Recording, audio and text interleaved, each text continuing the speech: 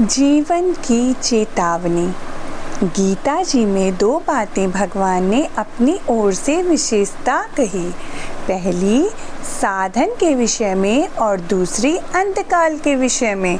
मनुष्य का जीवन भगवानमय होना चाहिए, भगवान की साधना में लगना चाहिए और अंत में भगवान की स्मृति में होनी चाहिए। इन दो विषयों में भगवान ने जितने श्लोक कहे हैं और जितना विवेचन किया है उतना और किसी विषय में नहीं किया। अंत में कहते हैं मामेकम शरणम व्रज, तू मेरी शरण हो जा, मैं संपूर्ण पापों से मुक्त कर दूंगा, तू चिंता मत कर। अब सज्जनों ध्यान दें, यह संसार जो अपना दिखता है यह अपने साथ रहेगा क्या? नहीं रहेगा, नहीं रहेगा। थे बड़े बड़े महाराजे जिनके बजे रात दिन बाजे, वे भी बने काल के खाजे। मिले नहीं बारंबार शरीर, उम्र क्यों गफलत में खोते हो? संसार से क्या ले लोगे आप? धन ले लोगे, सुख ले लोगे, ले कुछ सकोगे नहीं, धोखा है धोखा। संसार से किसी एक को भी पूर्ण सुख मिला है क्या? मिलेगा भी नहीं, क्योंकि ये तो नाशवान है, भगवान है अविनाशी। ये शरीर संसार सब यहीं रहने वाले हैं, शरीर को भी दूसरे लोग उठाएंगे। यह पहले से विचार करना होगा, सोचना होगा कि क्या करना चाहिए। जैसे मनुष्य घर से निकल जाता है और पता ही नहीं कि कहाँ जाना है तो क्या दशा होती है।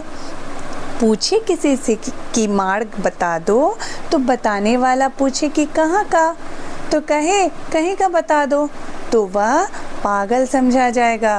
एक लक्ष्य तो होना ही चाहिए। भाइयों ध्यान देना, हमारी जीवन यात्रा तो हमारे जन्म के ही समय से चल पड़ी है।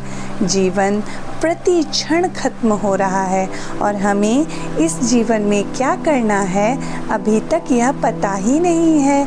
हम में से बहुत से भाई बहन तो पता ही नहीं कि हमें किधर जाना है, हमारे जीवन का क्या लक्ष्य है। मैंने पूछकर देखा है कि बताओ आप क्या चाहते हैं, तो कोई निर्णय नहीं है। कभी कुछ चाहते हैं, यहाँ की सब चीज़ें तो छूटने वाली है। इसीलिए प्रभु को याद करो जो नित्य निरंतर रहने वाले हैं। सज्जनों चेतो, दूसरों को धोखा देकर हम कुछ ले भी नहीं लेंगे तो महान मुश्किल होगी, कुछ नहीं मिलेगा, सब कुछ यहीं रहेगा। यमराज के दूत आ जाएंगे, वह एक दिन कभी भी आ सकता है, पता नहीं कब आ जाए। उसके आने में कोई संदेह नहीं है। आप हम सब कहाँ बैठे हैं पता है? मृत्यु लोक में हैं, मरने वालों के लोक में। यहाँ रहने वाला कोई नहीं है, सब मरने ही मरने वाले हैं। निश्चिंत कैसे बैठे हो? जो काम करना है सो कर लो, अब नहीं किया तो फिर कब करोगे? छोटे छोटे बालक होते हैं, वे भी यह सोचते हैं कि बड़े होकर यह करेंगे। इसी प्रकार हम सोचते हैं बड़े होकर यह करेंगे। बाल सफ़ेद होने लगे तो कब करोगे? अब तो मरोगे बस। शरीर प्रति क्षण जा रहा है, इसमें संदेह नहीं है किंचिन मात्र भी। जन्मदिन पर खुशी मनाते हैं, ये तो रोने का दिन है। एक और वर्ष बीत गया, परंतु इसमें किया क्या? जिसमें भगवान की प्राप्ति हो सकती थी, 12 महीने की उस उम्र को व्यर्थ गवा दिया। विचार करने की बात है, आगे के लिए सावधान होने की बात है। अब जो समय बीत गया वह तो बीत गया, अब नहीं बीतने देंगे। अंतहु तो ही तजेंगे पामर, तू न तजे अब ही ते। यह सब छूट जाने वाले हैं। काम पड़ने पर परमात्मा ही साथ रहने वाले हैं।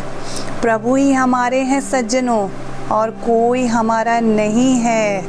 अतः हे नाथ, हे नाथ पुकारो। वे प्रभु सब समय में हैं तो अभी भी हैं, सब जगह हैं तो यहाँ भी हैं, और सबके हैं तो हमारे भी हैं, सब में हैं तो हमारे में भी हैं। वे स्वयं कहते हैं सुहृदयम सर्वभूतानां। प्राणी मात्र के सुहृद ऐसे परमात्मा के रहते हुए हमारी दुर्दशा हो तो फिर क्या कहें। उनके रहते हुए हम दुख पावें, कष्ट उठावें तो इसमें कारण क्या है। उनसे विमुख हो गए और नाशवान पदार्थों के पीछे पड़े हैं कि वे मिल जाए, भोग भोग लें, मान सम्मान मिल जाए। मिलेगा कुछ नहीं, धोखा होगा धोखा। सब ज्यों का त्यों रह जाएगा, साथ कुछ भी नहीं जाएगा। अतः उपकार करो, साथ क्या चलेगा, साथ चलेगा स्वभाव। सेवा करने वाला सब जगह सेवा करेगा और महान आनंद लूट लेगा। असली पूंजी आपकी है आपका स्वभाव। एक दिन के लिए भी कहीं जाते हैं तो सोचते हैं कि अमुक जगह ठहरना होगा, अमुक सवारी मिलेगी, परंतु इस संसार को एक दिन छोड़ना है, इसे छोड़कर जरूर जाना पड़ेगा। तो इसका प्रबंध किया है कि नहीं, यह प्रत्येक भाई बहनों को स्वयं को सोचना होगा। एक क्षण का भी पता नहीं, हार्ट फेल हो जाता है, चलते फिरते मर जाता है, फिर हम क्या फौलाद के बने हुए हैं। इसीलिए स्वभाव को शुद्ध बनाओ, हर एक का उपकार करो, हित करो, प्रभु को याद करो। जितने संत महात्मा हुए हैं वे सब भगवान को याद करने से ही संत महात्मा बने हैं। भगवान के नाम बिना सब खाली है, खाली। अतः उठते बैठते सोते जागते काम धंधा करते हुए भी और ना करते हुए भी भगवान को पुकारते रहो। उनसे काम पड़ने वाला है, उनको याद करते रहो। सब समय नाम जप करते रहो और कहते रहो राम राम राम। नाम जप करो, अंत में नाम काम आवेगा। धन संपत्ति परिवार मकान कुछ भी काम नहीं आवेंगे। अभी तक जिन कामों को करते हुए आपको सत्संग, भजन, ध्यान, स्वाध्याय, पाठ, जप आदि के लिए समय नहीं मिलता है, अंत में क्या होगा। हमें कुछ नहीं किया, यह सारा काम धंधा कुछ नहीं किया, भर्ती होने वाला है। मनुष्य कहता है सत्संग के लिए समय नहीं मिलता। राम राम कितनी बड़ी भारी भूल है। बच्चा जन्मता है तो बड़ा होगा कि नहीं होगा, इसमें संदेह है। पढ़ेगा कि नहीं पढ़ेगा, इसमें संदेह है। विवाह होगा कि नहीं होगा, इसमें संदेह है। परंतु मरेगा कि नहीं मरेगा, इसमें संदेह नहीं है।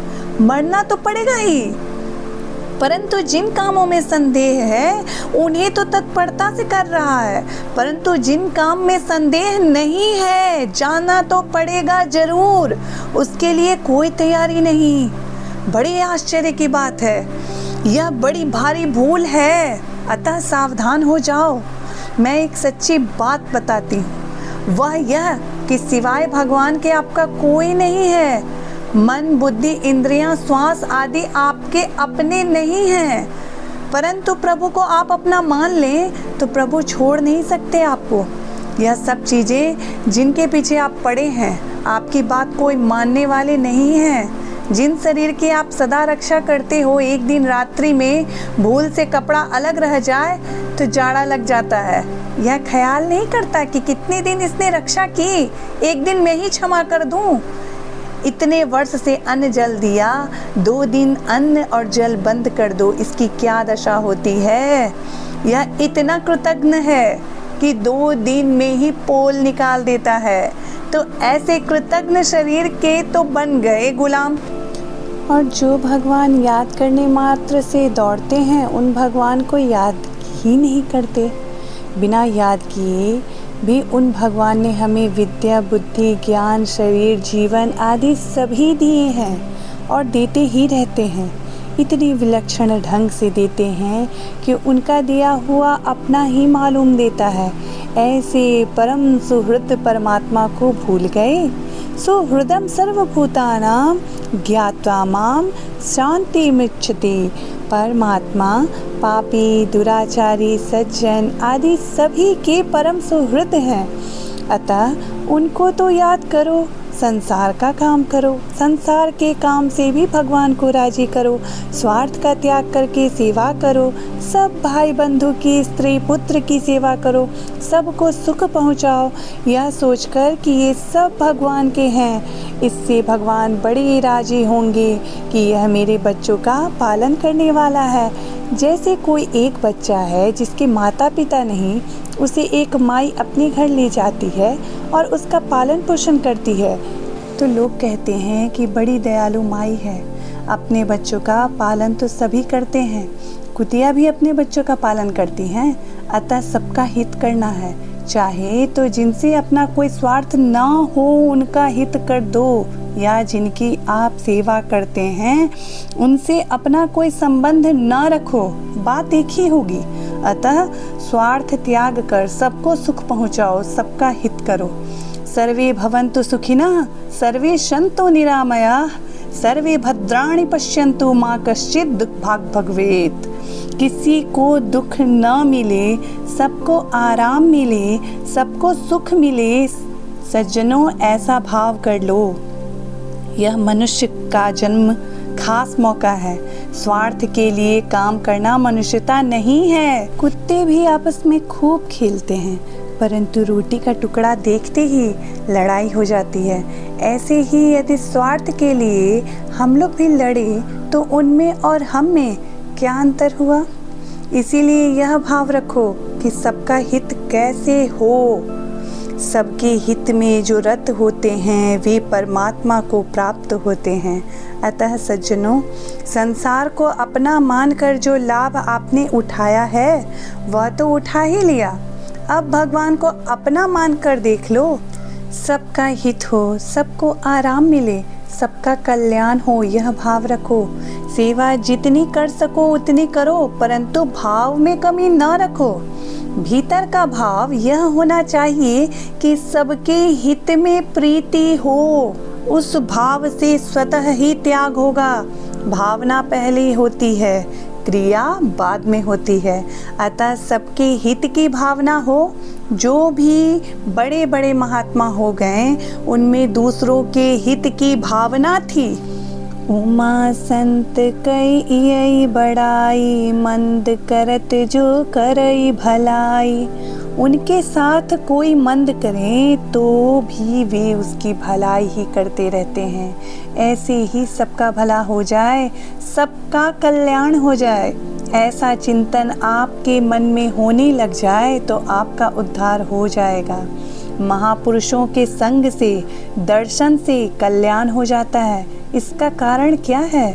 कारण है एकांत में रहते हुए भी उन महापुरुषों को चिंता रहती है कि सबका कल्याण कैसे हो जाए। उस लगन के कारण उनमें दर्शन मात्र से संसार का हित होता है, उनकी हवा मात्र से सबका कल्याण होता है।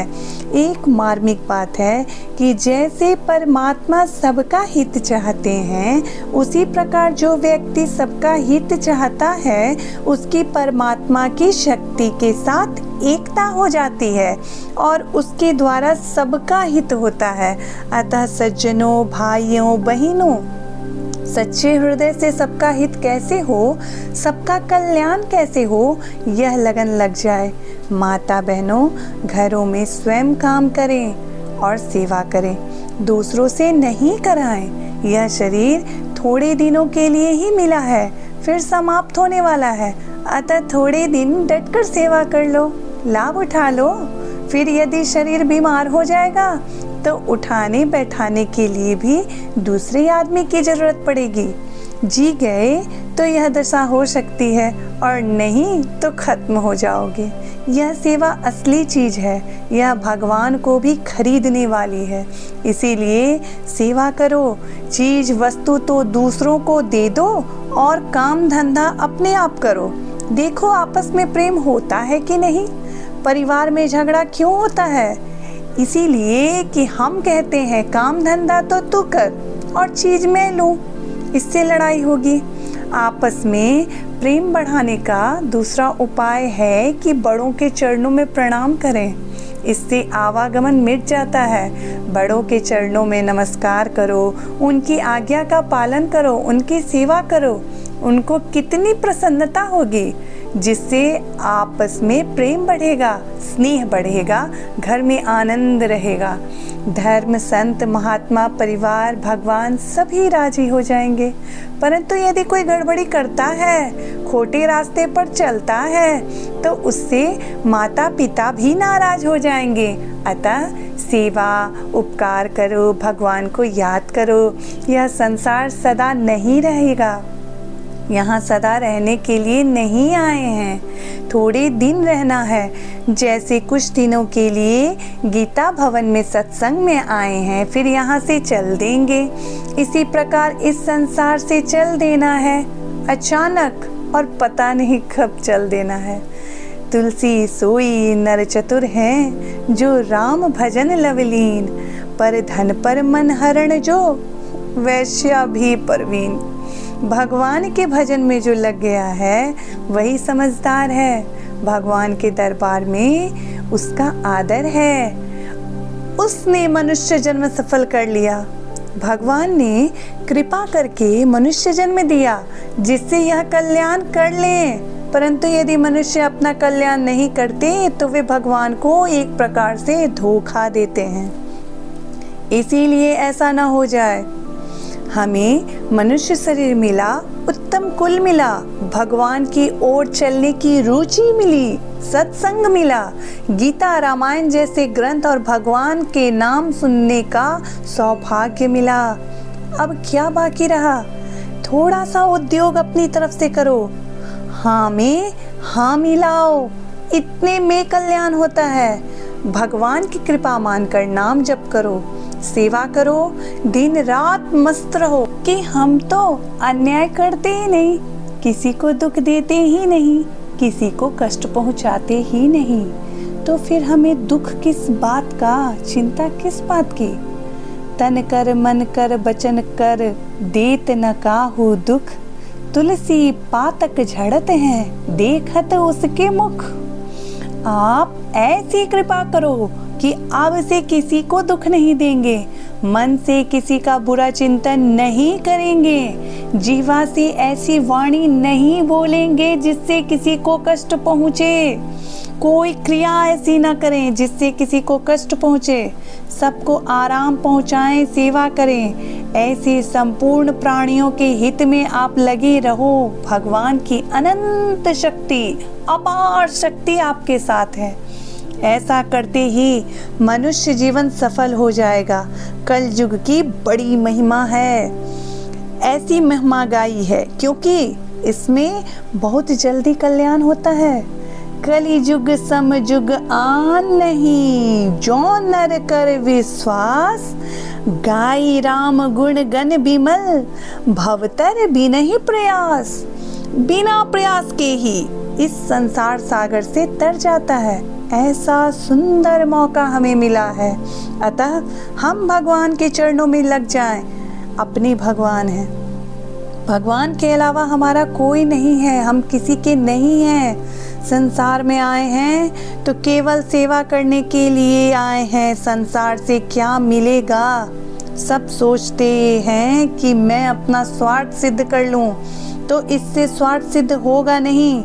दूसरों की सेवा करो और जो प्रभु अपने हैं उनको याद रखो।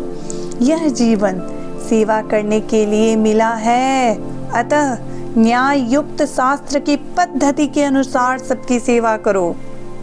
उद्योग पर्व में एक कथा आती है। धृतराष्ट्र विदुर जी को बुलाते हैं और पूछते हैं कि मेरे को नींद नहीं आ रही है। तो विदुर जी ने कहा कि जो सच्चे आदमियों से वैर करेगा और उनको कष्ट देना चाहेगा, उसे नींद नहीं आएगी, उसे अशांति रहेगी ही। पांडवों के साथ खराब व्यवहार करके शांति चाहते हो? जिसका हृदय खराब होगा उसे शांति नहीं मिलेगी।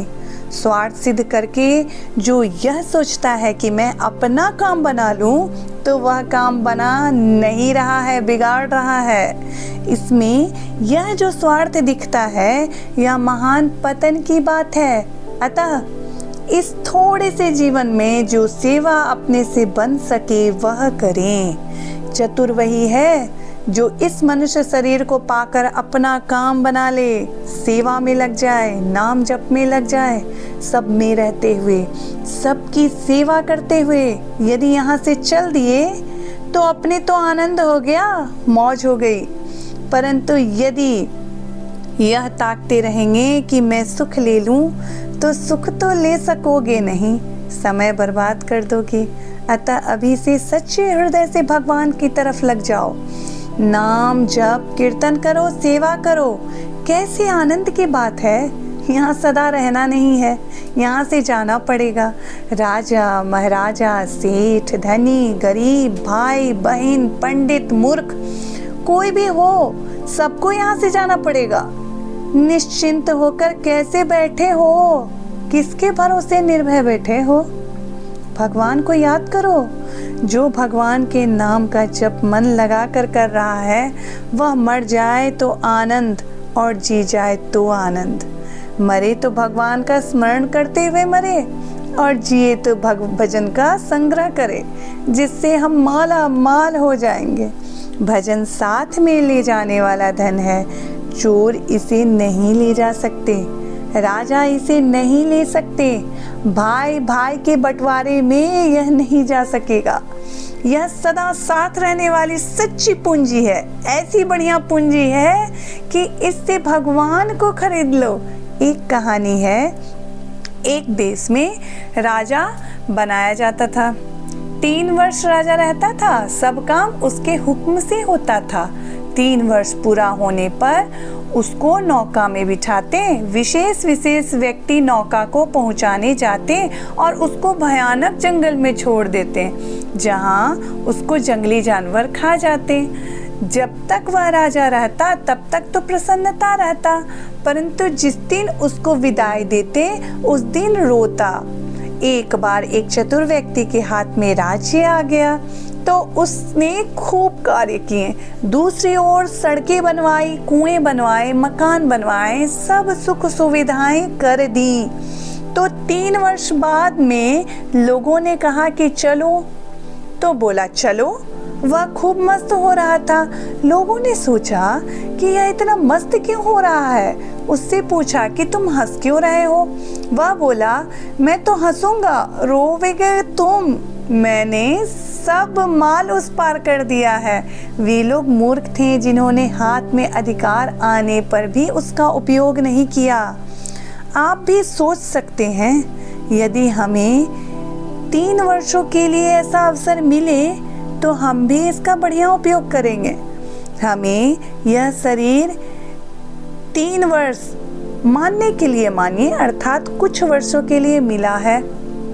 अतः इसमें परमात्मा का नाम ले लो, भजन स्मरण कर लो, पुण्य करो या पाप करो, शुभ करो या अशुभ करो, स्वतंत्रता तो मिली है।